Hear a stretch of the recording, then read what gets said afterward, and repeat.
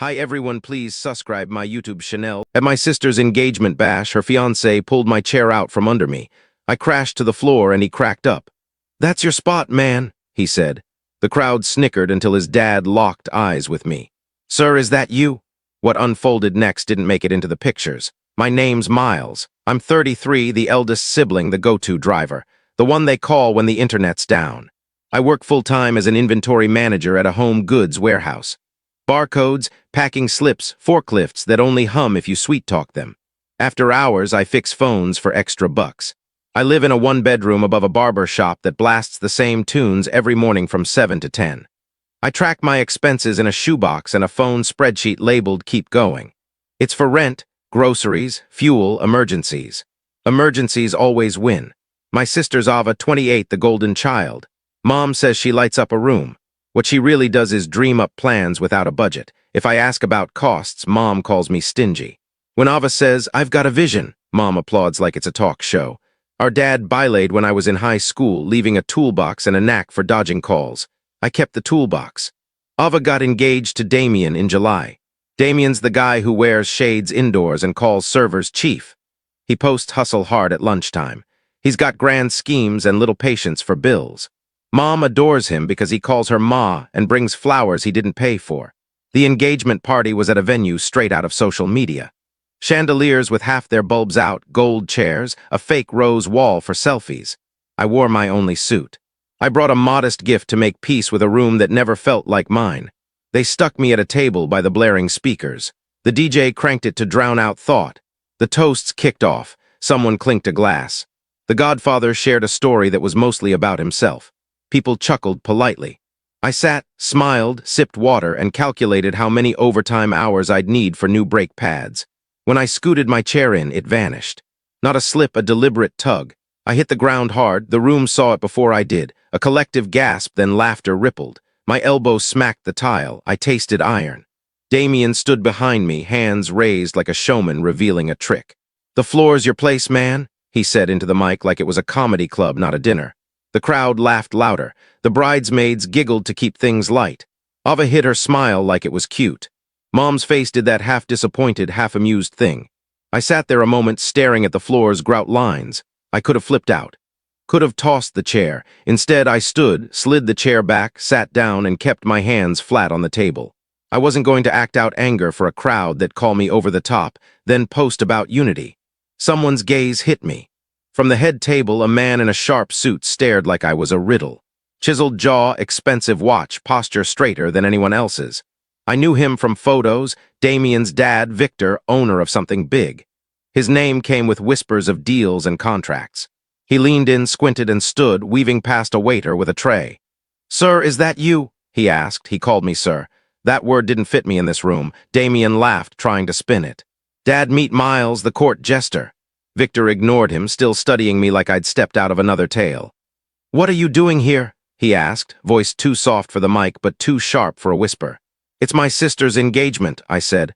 "I'm her brother." He blinked like my words didn't add up. His eyes darted to Damien, then back to me. "We need to talk," he said. The way he said it drew eyes. "Dad," Damien said, dragging the word out. What happened next didn't show up in the photos. I'd later tell a buddy. The pictures show a chair, a grin, a toast. They don't show my phone buzzing 2 hours earlier from a bank. They don't show a folder on Victor's desk with my name on it. They don't show a line item.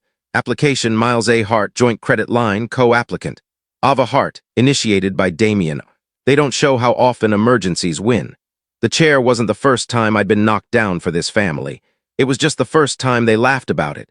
Rewind our life and you get small cash and big dreams. At 12, I saved quarters for a second-hand bike. Ava, at 11, took cash from Mom's wallet for sparkly pens. Mom said, "Don't be petty," when I asked for it back. We learned our parts early. I could carry the load. Ava could steal the spotlight. At 16, I worked at a grocery store and bought a beat-up Honda with cash. When I scraped the bumper, Mom called me reckless. When Ava dented her borrowed car, Mom said, "Accidents happen." I learned you can be loud and wrong because people expect you to be right. Ava learned she could be loud and right because people expected her to be adored. College wasn't my path. I did one semester, but the funds dried up and the numbers didn't work. I started stacking crates. I like solving problems you can touch, ones you can slice with a box cutter. I like that a palate doesn't care if you grin. Ava sampled majors, then tried being an influencer, then dated guys who liked the idea of trying. She mastered asking for help in ways that made no feel rude. "Just till Friday," she'd text. "My card's locked. Can you link your card to this app for my brand's makeup? I'll unlink it right away. Mom's electric bill is due. I'm broke from investing in me. You're the practical one." I started a spreadsheet called Family. It began as a half-joke to keep my cool. It became a ledger because numbers don't lie when everyone else is a forecast. Entries like Ava's phone, $162, Mom's gas, $140, Ava's tire, $118, Ava's rent gap, $1,400. In 4 years, it grew from 3 rows to 128. I won't list them all. The total's not the bad guy. The pattern is. When Ava met Damien, the asks got smoother. He doesn't ask, he pitches. "We'd do better pooling resources. Why rent when you can invest? We'll add your name to an LLC. It'll pay back in equity." He says synergy like it's a prize. He and Ava planned the engagement party on other people's dimes. "We'll get it comped. Exposure's enough." Damien once said exposure's what broke people say to dodge a tab. The venue still needed a deposit. Guess who got the 11 p.m. text? I said no. It felt like dropping a weight I'd carried too long. "Don't be harsh," Mom said. "We'll pay you back," Ava chimed in, her voice syrupy. "I'm not your ATM," I said. They found another way. Mom probably covered it quietly, or the venue cut a deal. My phone stayed silent for 3 days. 2 weeks before the party, a local number called. "Hi, this is Bree from Red Oak Bank. I'm verifying a joint credit line you opened this morning." I hadn't opened anything. My gut sank like a broken elevator. "It lists you as primary with Ava Hart as co-applicant. Started online, finalized in branch." "Which branch?" I asked. "Kingsford, near Damien's gym and Ava's place." I told her to flag it as fraud and freeze it. She guided me through the steps. Fraud alert, credit freeze, report affidavit. Gave me the number for their regional officer, Victor Russo. I didn't call right away. I was at the warehouse and a driver was griping about a lost shipment. Real life doesn't stop for identity theft. That night I called. A calm voice answered. I explained. He didn't make me repeat myself. "We'll block any attempts from this branch. Send the affidavit to seal it." His tone was certain, not a mix-up, not a mistake. Crime. "Any guesses who'd do this?" he asked. "My sister and her fiancé," I said. The words tasted like rust. "You got a plan for handling them?" he asked, unexpected from a banker. No yelling, no drama, just straightforward. "No," I said. He emailed forms in under 10 minutes. I filed the affidavit, froze my credit, set a secret passphrase, pulled my card from Mom's apps, printed the bank's camera policy, and printed my family ledger. Numbers can stop you from hating people. 2 days before the party, Mom called. "Pick up ice," she said, like nothing was wrong. "I'll get the ice," I said. Spite's not a boundary. Paperwork is. Party day came, pinchy shoes. Same old jokes. A chair yanked out. I hit the floor. People laughed. Then Victor saw me. What you don't see in the video is my phone buzzing at 5:12. Red Oak. Another in-branch attempt blocked by the fraud flag 2 hours later. What you don't hear is the steel in a father's voice when he recognizes the guy his son tried to scam. Victor led me to a side room. He looked at my elbow like he wished he could undo his son's actions. "You're Miles," he said. "The fraud alert on my desk, your affidavit, your sister and my son." "Yes," he rubbed his jaw, then asked directly, "Do you authorize any credit line with Red Oak?" "No." "Do you authorize my son or your sister to use your name?" "No." "Do you want to press charges?" "Not yet." "Document it, lock it." "I want a paper trail they can't brush off as a tantrum." He nodded. "Done, it's frozen. We'll audit every move from the last 60 days. He studied me. "Have you told your mom?" "Not yet." "She'll call me cruel." That's her go-to word. He tilted his head. "Money makes people call principled men cruel," a lesson he'd learned too late. "Victor, I don't want a scene. I don't want to wreck her party." "You didn't," he said. "They did." He handed me his card. "If I can do one thing as a father who raised a dishonest son, it's this. I'll back you when you say no." We returned to the room. The DJ played Forever like it was a promise. I sat. Victor stood behind Damien, hand on his shoulder like he was deciding whether to grip or let go. "Damien," he said, calm as a heavy table. "You and I need to talk, now." Damien tried to shrug it off. "Dad, don't ruin the vibe." Victor's hand stayed put. "Which vibe told you to open a credit line in another man's name?" The room pretended not to hear. Damien laughed. "It was for a gift for Ava." Family, Victor looked at me then him. Family's not a credit card, he said. Victor didn't shout. Apologize for the chair, son. Damien glanced at the crowd, realizing the act was over. He turned to me, mumbled, sorry, man, didn't meet my gaze.